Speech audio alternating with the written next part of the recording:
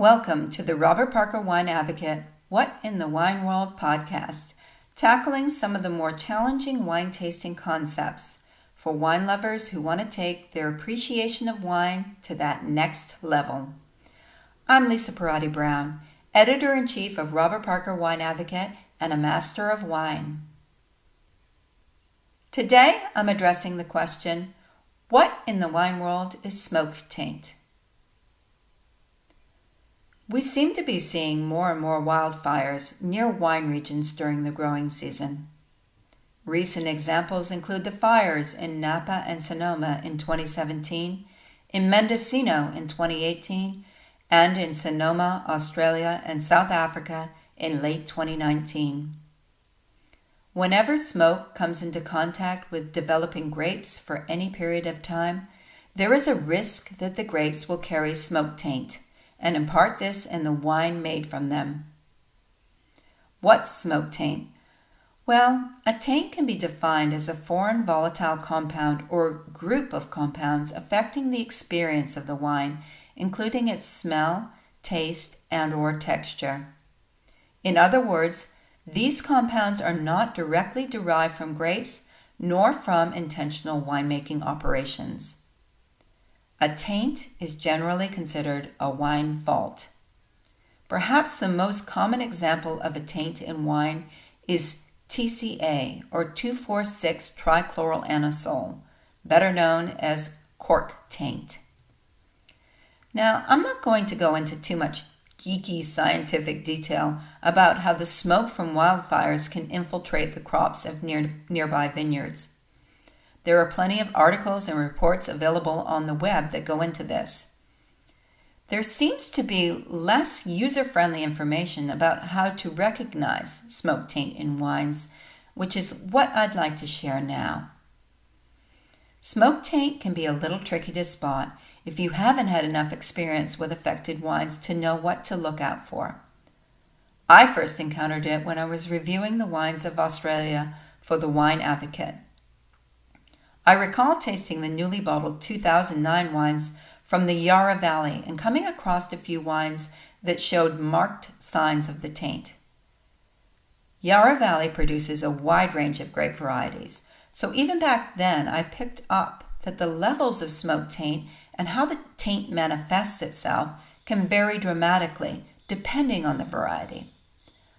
Other factors include the stage of development that the grapes are at during the time of exposure to smoke, as well as the level and length of exposure. Like cork taint, a wine can suffer from a minor, barely noticeable case of smoke taint, or it can be screamingly obvious. Hopefully, the latter case would never be bottled and released on the market, but I have experienced some unpleasantly smoky wines that are available for sale. The one similar element across all smoke-tainted wines is that they possess aroma and flavor compounds that generally would not come from grapes and/or permitted wine practices such as oak aging, especially not at such elevated levels. So, for consumers with considerable experience in tasting and drinking wine, the taste will first and foremost come across as it initially did for me. An unusual, charry, creosole, medicinal, or ashtray-like character that simply shouldn't be there. Now, this can be difficult to nail because some smoke taint compounds can be very similar to oak aging compounds, especially if a wine has been aged in oak with a high level of toast. Indeed, we're all accustomed to describing wine using smoke-related terms such as wood smoke, char grill, smoked meats, or just plain smoky. Furthermore, some grape varieties such as Syrah or Shiraz naturally contain volatile phenols derived from grape and winemaking that are indeed quite smoky. Some of these compounds are even shared with smoke taint markers. Many Syrahs are thus quite smoky without possessing any smoke taint, and a lot of consumers love them that way. So given what I've just said, you might be thinking, well, actually, smoke taint doesn't sound so bad. In fact, at very low levels, smoke taint probably isn't so bad, depending on your own personal preferences and tastes. But above the detection thresholds, we start getting into that fuzzy area between ambivalence and abhorrence. That smoky, charry, or ashtray-like smell and taste at varying levels is the most obvious effect of smoke taint. In the worst cases, this character can be particularly acrid, with an unpleasant, persistent aftertaste, lingering long after all the fruit and winemaking flavors have disappeared in the mouth. Although I haven't seen any scientific evidence related to the effect of smoke taint on the texture of wine, it also seems to me to make tannins appear harder and more astringent, equating to what is euphemistically termed as a rustic character. It's finally worth mentioning that the percentages of wines in the market with detectable smoke taint is fairly small. Just considering the 2017 vintage in Napa Valley, and I have now tasted well over 1,500 of these wines, both from barrel and bottle, I estimate the amount of discernibly smoke-tainted bottled wines to be around 3 to 4% of the later ripening red varieties.